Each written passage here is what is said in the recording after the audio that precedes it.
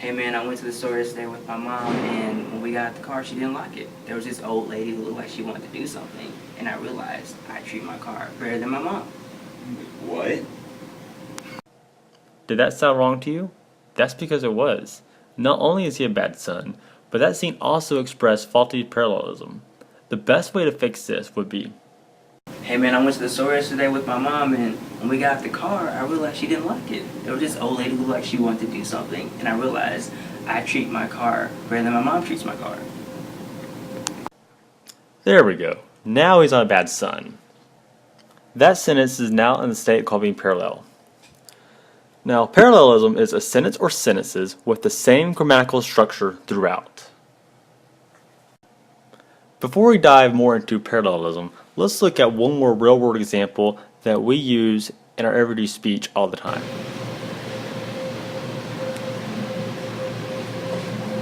Thank you. So, I'm fixing up this vintage skateboard to give as a gift, but the wheels aren't turning. I know you know something about that. Well, first you would take off the trucks, the wheels, then you would take the trucks apart and you take out the bearings.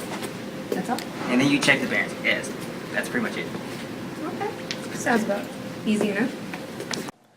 This sentence sounds correct, but it expresses faulty parallelism. In this sentence, the wheels function as a noun and not a verb phrase. To correct the sentence, you would say, take off the trucks and the wheels, then take apart the trucks and take out the bearings. So we have the definition of parallelism. Let's now actually start trying to show you where parallelism is used and how you can use it in your everyday world. Let's first introduce some quick rules. For parallel structure, you balance nouns with nouns, prepositional phrases with prepositional phrases, participles with participles, and clauses with clauses. Now, what are some ways to spot this, though?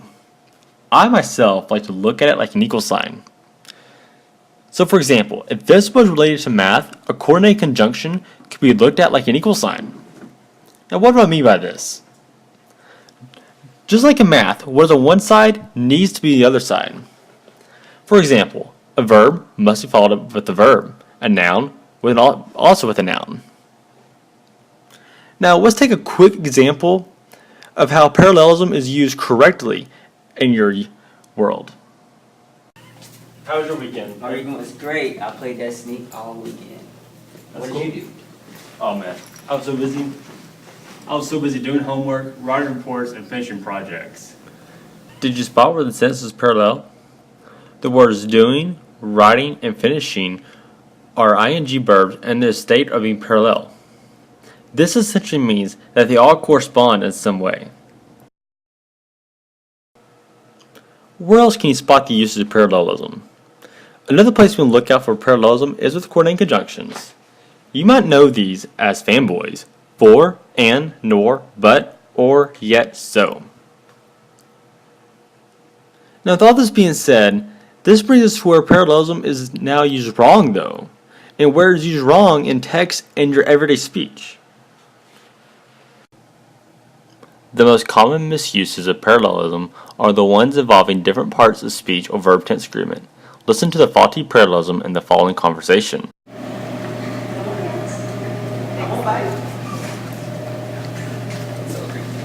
So I saw on Facebook that you did the Cowtown last year. How was that? It was fun. I really like running. My friend Bob hated it. In the sentence, I like running, but my friend Bob hated it, the word like is a present tense verb, but the word hated is a past tense verb. This is an example of faulty parallelism caused by wrong verb tense agreement.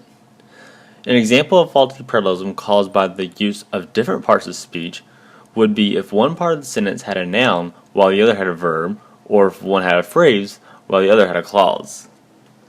When you look for these misuses, look at sentences with coordinate conjunctions, correlative conjunctions, series, or comparisons. These sentences have multiple parts of speech, and you should check if each part has similar parts of speech, and if it uses verbs, you should check that the verbs are in the same tense. Faulty parallelism can make a sentence have different possible meanings or the wrong meaning, so it is important to try to find these errors and correct them when editing a paper. Now that we know this, let's look at one more example. catch a ride with you today? Yeah, that's fine. It's only your car. Well, not only did the parking attendant give me a ticket, but he also put a boot on my car. What? Yeah, so now I can't even move it. That's just wrong. Did you catch the faulty parallelism in this scene? When using correlative conjunctions like not only, but also, as many as, and neither nor, it is easy to miss the errors. Taking a closer look, we see our action verbs are not parallel. We say give and put in this scene, which causes the confusion of present and past tense verbs. A correct way to rephrase this is as follows. The parking attendant not only gave me a ticket, but also put a boot on my car.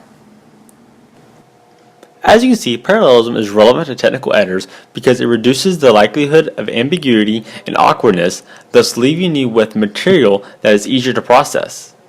It also creates rhythm, which makes for a smooth and consistent document.